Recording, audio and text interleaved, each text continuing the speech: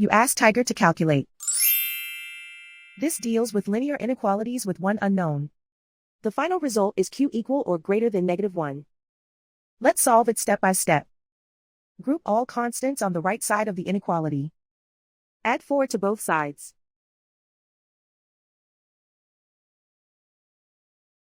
Simplify the arithmetic.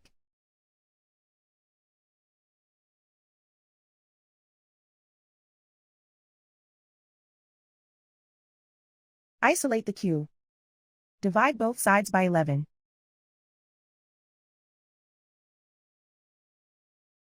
Simplify the fraction.